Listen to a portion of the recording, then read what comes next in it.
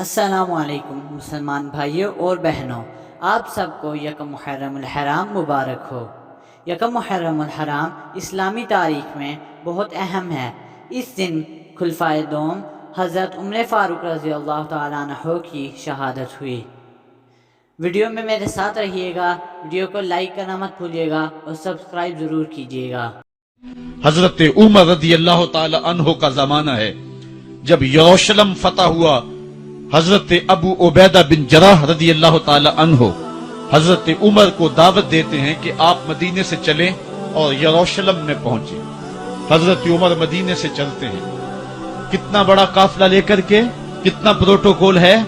حضرت عمر اکیلے اور ساتھ ایک غلام اور اونٹ بھی ایک، باری باری سوار ہوتے ہیں۔ کبھی غلام سوار ہوتا ہے، کبھی عمر سوار ہوتا ہے۔ حکمران تو وہ تھے لوگوں کی دہلیز پہ امن دینے والے، لوگوں کی چوکھٹ پہ جو ہیں وہ نور بانٹنے والے۔ آج کے حکمرانوں نے تمہیں رمضان المبارک کے اندر لوڈ شیڈنگ کا پیکج دیا ہے، اور آج بچے بھی تڑپ رہے ہیں اور جوان بھی سسک رہے ہیں، اور ماہ سیام میں جن اذیتوں میں قوم کو مبتلا کر دیا ہے وہ کسی سے مخفی نہیں ہے۔ اور تمہیں میں حضرت عمر کی کہانی سناؤں۔ حضرت عمر دن کو تخت حکومت پہ بیٹھتے تھے، اور ان کا تخت کو سونے زبرجد کا نہیں تھا، مسجد نبوی کی چٹائی تھی، اور سارا دن وہاں بیٹھ کے لوگوں کی باتیں سنتے۔ اور جب رات کے اندھیرے گہرے ہوتے، عمر بھیس بدل کے مدینے کی گلیوں کا گشت کرتے۔ کہا تمہارے گھر سے دھواں نکل رہا ہے اور بچے رو رہے ہیں، ان کو کھانا کیوں نہیں دیتے؟ کہنے لگی عمر کی جان کو رو رہی۔ عمر کے پاؤں تلے سے زمین نکل گئی۔ کہا کیا ہوا؟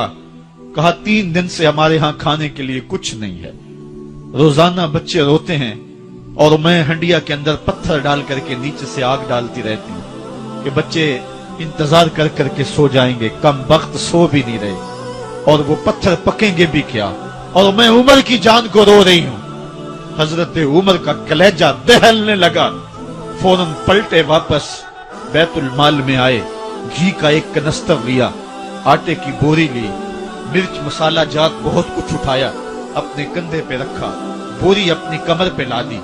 عمر بیت المال سے نکلے تو آپ کے خادم اسلم نے دیکھ لیا، آگے بڑھا، کہا میرے آقا میں اٹھاتا ہوں۔ عمر کی آنکھوں میں آنسو ہے۔ کہا اسلم قیامت کے دن میرا بوجھ اٹھا لو گے؟ کہا قیامت کے دن تو اپنا اپنا بوجھ اٹھانا پڑے گا۔ کہا عمر کو آج اپنا ہی اٹھانے دو۔ حضرت عمر وہ گھی کا کنستر اور وہ آٹے کی بوری سر پہ اٹھائے ہیں، اور اس خاتون کے گھر جاتے ہیں اور دستک دیتے ہیں۔ وہ جب دیکھتی ہے اس کی جان میں جان آ جاتی ہے۔ کہا جلدی جلدی آٹا گوندو، اور عمر سبزی کاٹنے لگ جاتے ہیں۔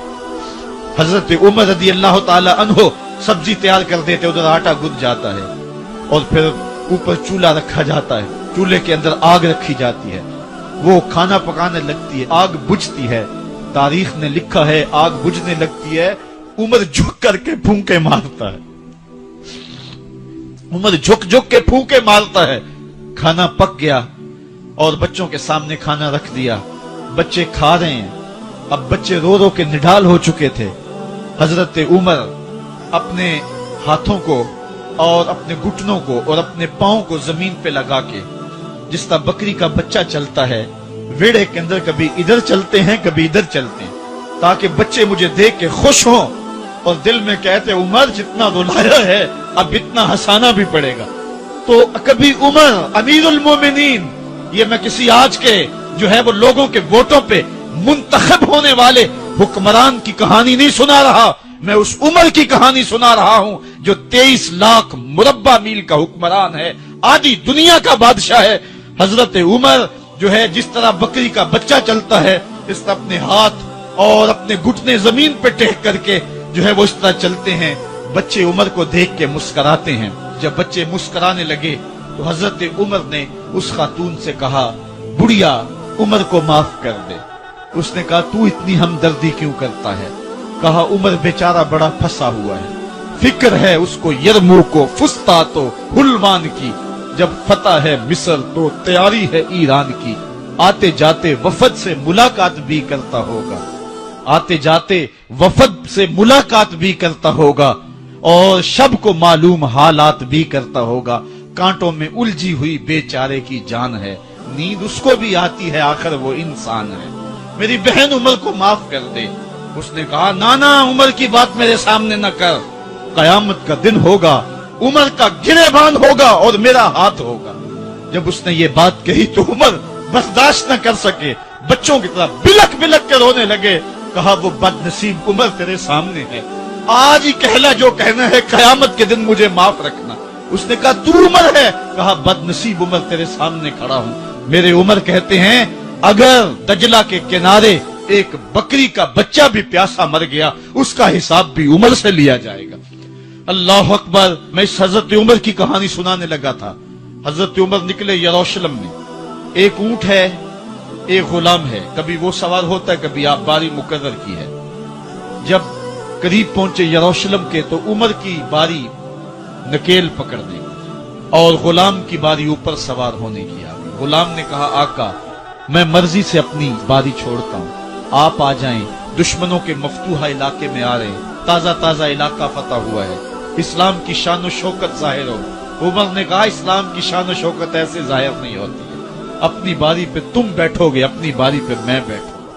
لوگ منتظر کھڑے ہیں، دور سے جب دیکھا کہا اس کی ہیبت سے کانپتے تھے ہم، یہ تو کوئی حبشی لگتا ہے، رنگ کالا ہے، ہونٹ موٹے ہیں، اس سے تو زیادہ حسین اس کا غلام ہے جو آگے آگے چل رہا ہے۔